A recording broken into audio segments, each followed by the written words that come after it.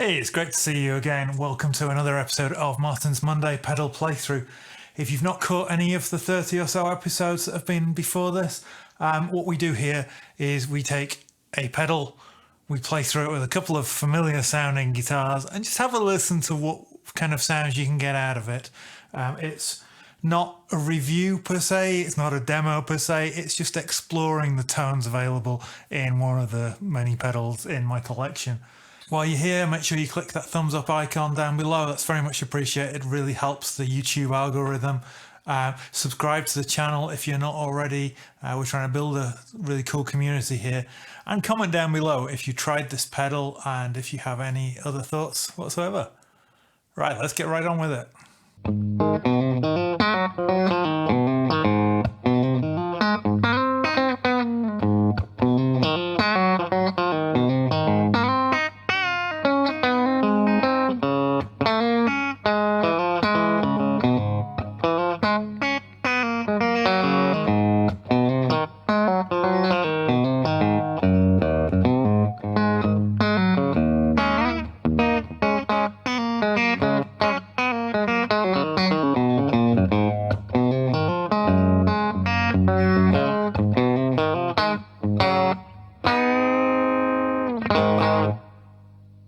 So this week we're looking at the Suhr Koji Comp compressor pedal.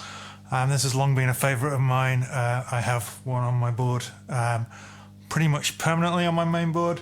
Not entirely sure why I have two, but I've just set the settings initially pretty much how I have it on my main board, which kind of goes along with the whole thing that somehow Suhr managed to make their pedals sound great just with all the knobs pretty much at 12 o'clock. I'm playing a fairly standard Telecaster. It's an American hybrid between a standard and a special, but standard Fender pickups in it, single coils.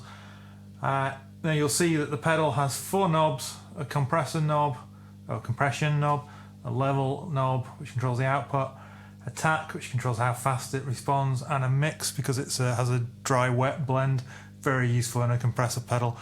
I think the Barber, I can't remember the name of it, was one of the first pedals that came out with a dry wet blend, and that was a huge deal. It really raised the sort of ball for compression pedals being more useful. And then there's a 3-position voice switch which I think controls the kind of the high end, but we'll give that a listen in a minute. So the first thing I will do just to kind of demonstrate it is turn the mix all the way up. Obviously with the mix all the way down it's doing nothing, so it is just the dry signal.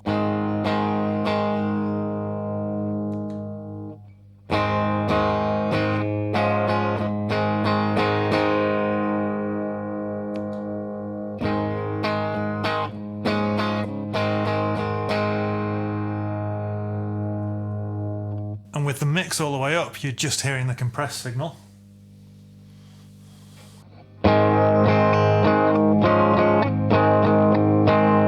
Which is quite a lot louder with the settings we've got going on.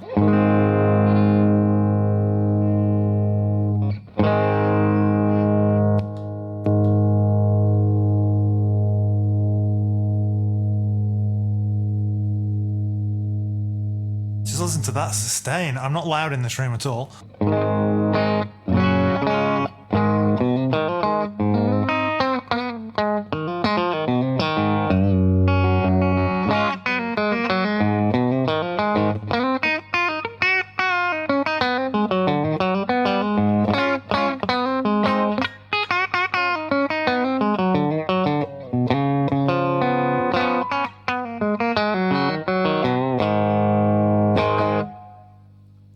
Now I've heard it said on that pedal show and on other things that a compressor is like an overdrive for your clean signal, and I'm really getting that. You know, there's so much added sustain coming in, and because this has a level control, you can use it to really boost it. So if you had to play a clean guitar solo, which is not something that maybe you do too often unless you're in a country band or whatever, you can really crank that level and really kind of push the guitar through.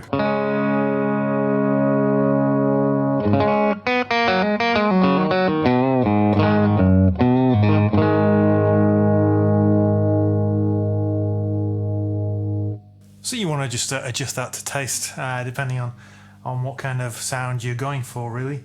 The eagle eyes, mind you will notice, hopefully if it comes up well enough in the camera, there is a 3-colour LED. So it's green when it's not doing anything, it's orange when it's compressing a little bit, and it goes red when it's compressing a lot.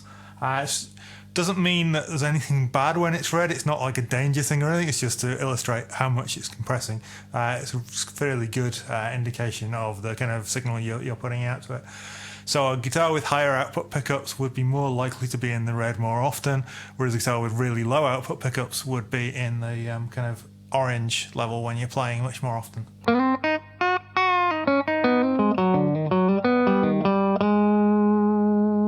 So playing fairly gently there, it stayed orange, but if I pick a bit harder,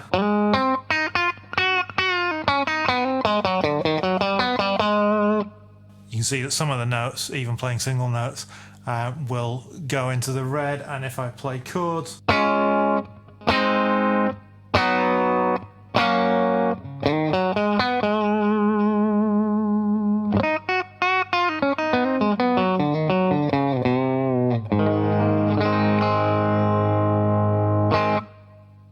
so the compression knob controls how much compression we're getting, so very little would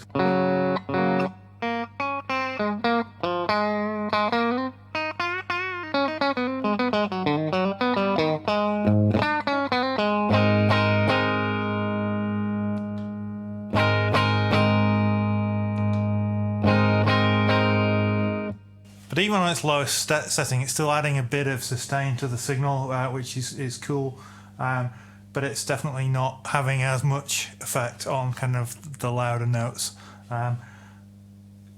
You might ask, what's the point in having a compression knob and a mix knob?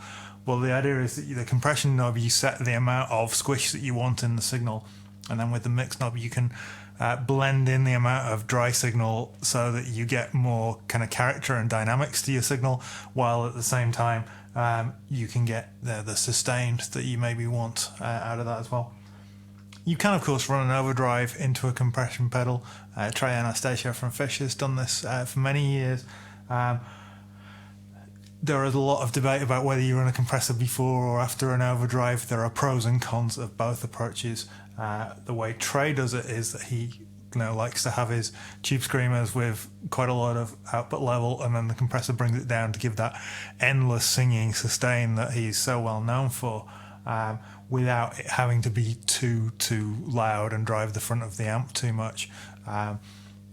Whereas if you run the compressor before the overdrive pedal, you might find that it raises the noise floor because it's compressing everything, including the noise, which then going into the drive might not be a desirable sound, but it will give you a very different thing. You'll get a lot less dynamics from the overdrive itself.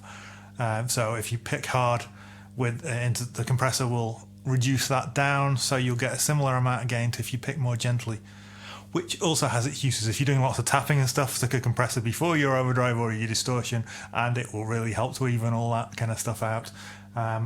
So it's kind of up to you. On my main board, I have 2 overdrives before my compressor and 1 after to give me a bit of kind of best of both worlds scenario. So yeah, with the compressor all the way,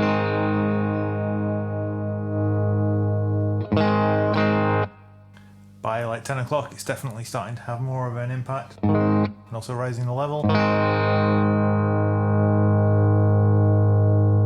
By 1 o'clock, definitely lots of compression going on.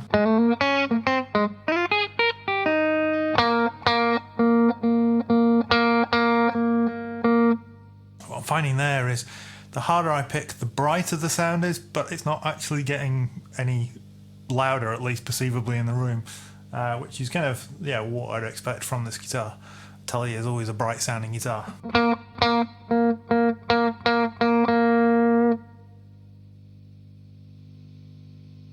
All the way up, you'll hear that the noise has increased. That is kind of par for the course. It would be less so. Turn the guitar down, it mostly goes away, but there is a little bit of self noise inherent in any signal, and the compressor set to its extremes will raise that up.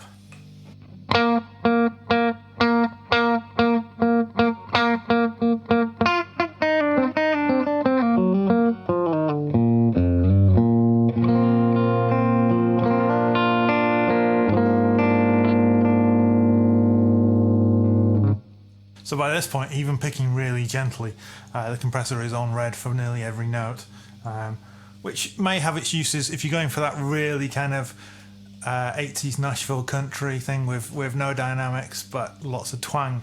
Then that might be your kind of thing.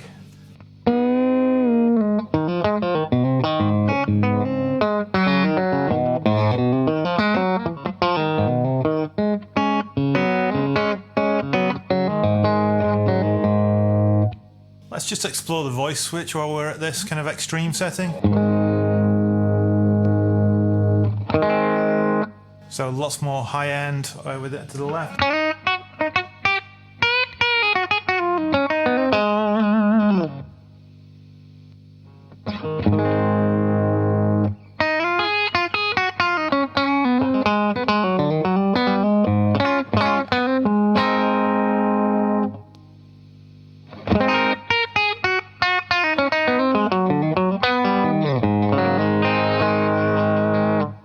And a different high-end response again with it to the right, but it's also got a little bit more hiss and noise to it. So it seems like the right is more kind of the extreme highs, the real brightness without giving much kind of mid-range boost. To the left has a bit of kind of upper mids as well to it. You can almost just hear that from the hiss. I don't know how well this will come through, but that's kind of high-pitched hiss. It's a slightly lower pitched hiss. That's tricky to say. To the left and in the middle, is much less hiss. It's much more kind of balanced sounding. I tend to run it mostly in the middle unless I'm using it for specifically trying to get something bright and jangly, and then I would always run it on a more subtle setting than this anyway. Let's look briefly at the attack. That controls how quickly the compressor kicks in.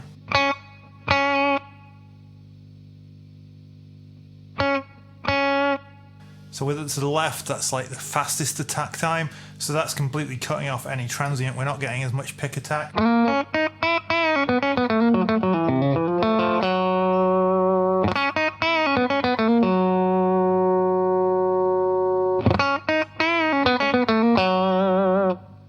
More snap in the middle, and then as we turn it all the way up, should get even more.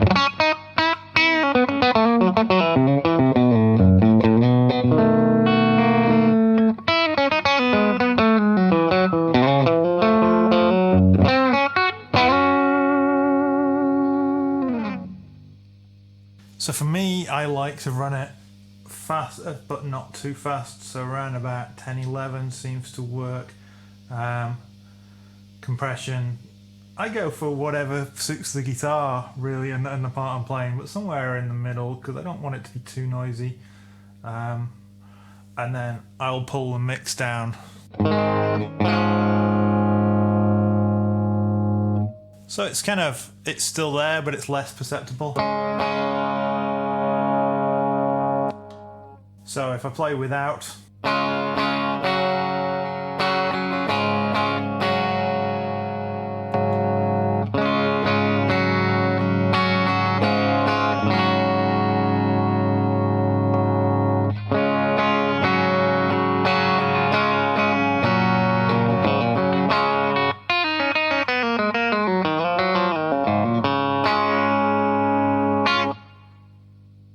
so yeah, at that point, I switched the voice to the right and it really helped bring out the high strings on those chords. So for a clean kind of chordal part where I want it to be a bit more jangly, the voice switched to the right, but with the controls set more subtly like that, definitely works well. And then if I'm running an overdrive into it, I will probably put that voice switch in the middle, which will then smooth it out a little bit and we won't get so much cutting high end and also quite so much noise from overdrives going into it. So that's hearing it with a telly. Let's just switch to the neck pickup briefly, just with the settings I've got, just so you can hear that. So neck pickup without the pedal. This is a Fender Twisted Telly pickup.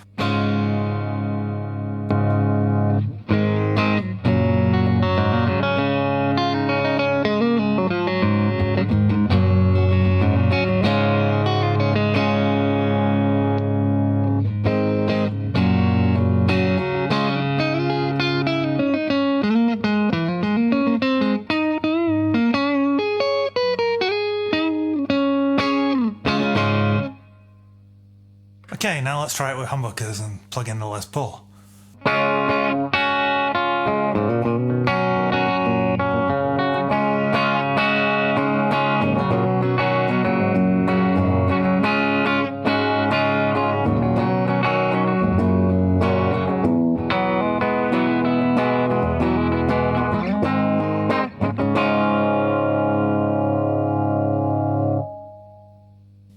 Hearing the guitar without the pedal.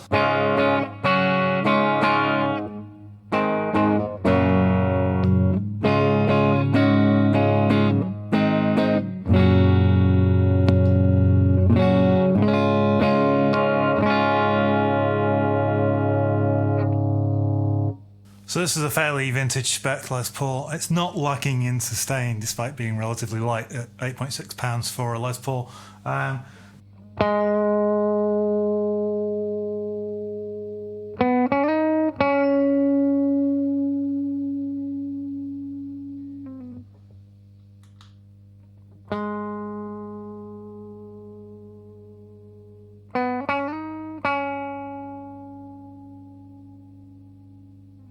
So with the pedal off though, the notes are really dying away quite a bit. So it just helps to kind of, let's say, it's like an overdrive for a clean sound. It just brings up the level, evens everything out, evens out single notes to the same kind of level as chords, and just really helps to fatten up the sound.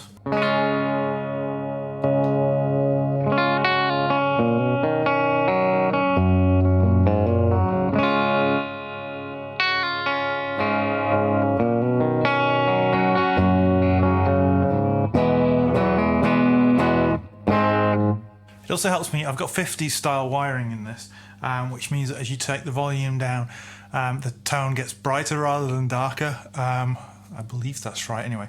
But so it really helps me take advantage of that because I don't lose too much signal when I turn the volume down. It just affects the sound of the guitar. Yeah, it rolls off a bit of low end. So I can now get almost telly style jangly stuff.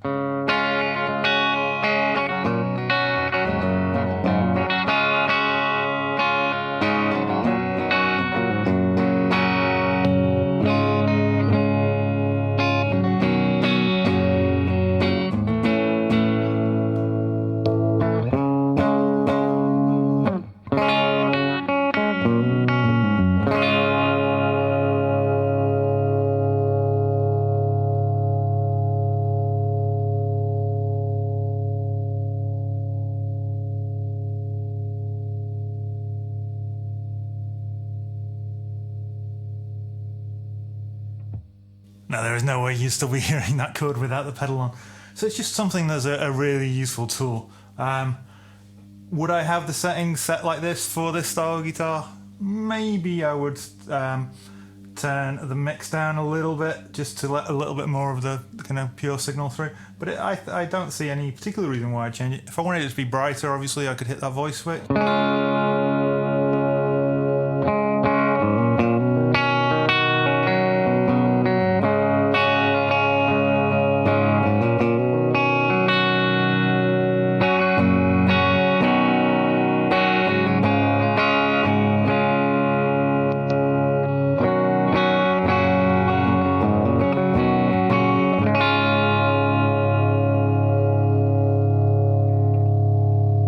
Okay, wow. So yeah, voice to the left on this particular guitar, which obviously is, it's bright for a Les Paul, but it's still a darker sounding guitar. Having it on the left really just brought the guitar alive. I'm on both pickups. I've got the neck pickup volume on about 8 and the bridge pickup on 10. As I say, it's 50s style wiring, so it works differently from the kind of standard Les Paul wiring that you'll get, which is more a 60s style. It's to do with how the volume and tone controls are connected. I don't really understand the details. All I know is 50s style wiring. As you turn the volume down, it rolls off the low end rather than the high end.